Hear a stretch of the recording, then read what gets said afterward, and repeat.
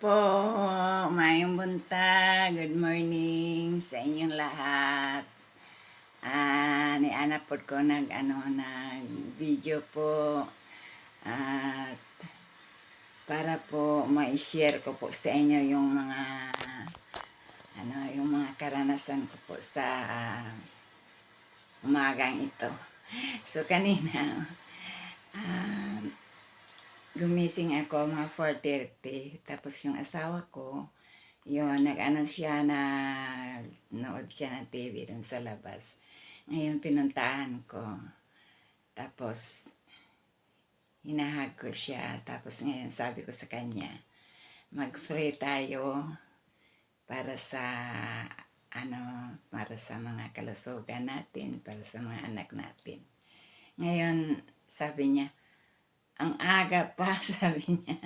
Ang aga pa, sabi ko, mabuti yung maaga tayo kasi para mauna tayong hihingi sa Panginoon.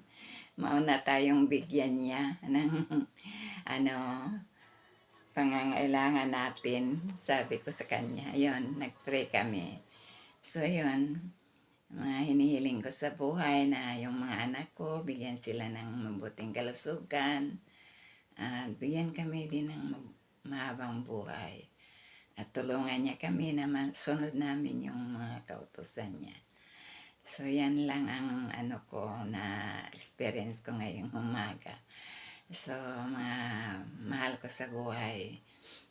Ingat-ingat kayo dyan at lagi akong magpapaalala sa inyo, yung mga anak nyo, ingatan nyo.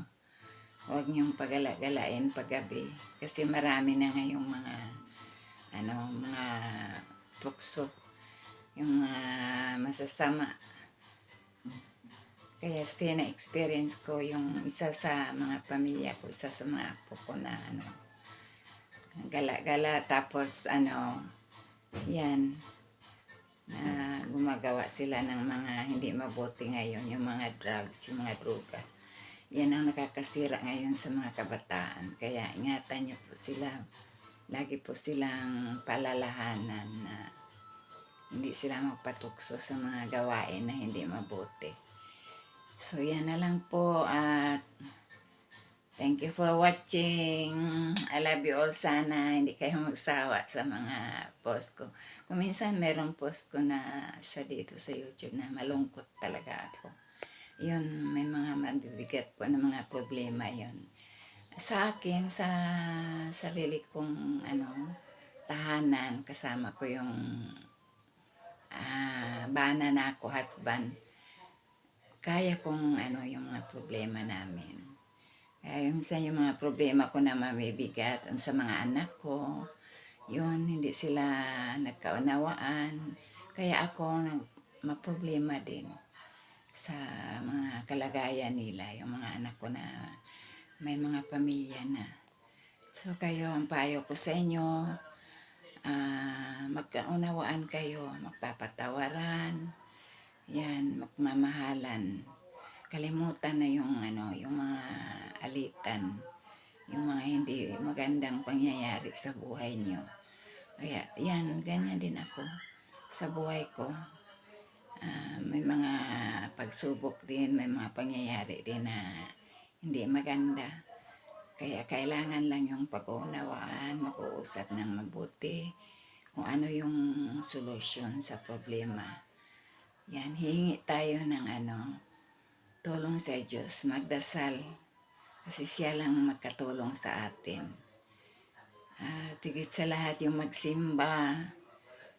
Yan, magsimba tayo linggo-linggo para po manghingi tayo ng tulong sa Diyos doon sa kanyang tahanan.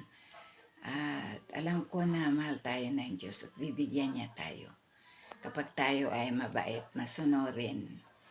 At yan lang po ang tangi kong i-share sa inyo ngayon. So, ayan po. Salamat. At mayroon pa pala yung mga yung mga hanap buhay natin yan, idagdag nyo rin po paghingi sa Panginoon na bigyan tayo ng magandang hanap buhay. Ayan, para po yan, pag may hanap buhay na po tayo, yan, makatulong din yan sa atin. So, kailangan po tayo na magkilos, magtrabaho. Kasi yan ang, importante na may trabaho tayo para po tayo makabili sa mga pangangailangan natin. Hindi po yung magtamad-tamad, yung kailangan po talaga kikilos tayo. Pagising sa umaga, yan, magsaing, yan, maglinis, yan, para masikaso yung mga bata na para makapag-aral sila. Yan lang po. At wala na, salamat. At sana maintindihan nyo lahat ng mga sinishare ko. Kahit simple lang ito, pero mayroon tayong mapupulot na mga magagandang matutunan natin, may pamumuhay natin para sa buhay natin. Salamat, thank you sa inyong lahat, mga kapatid.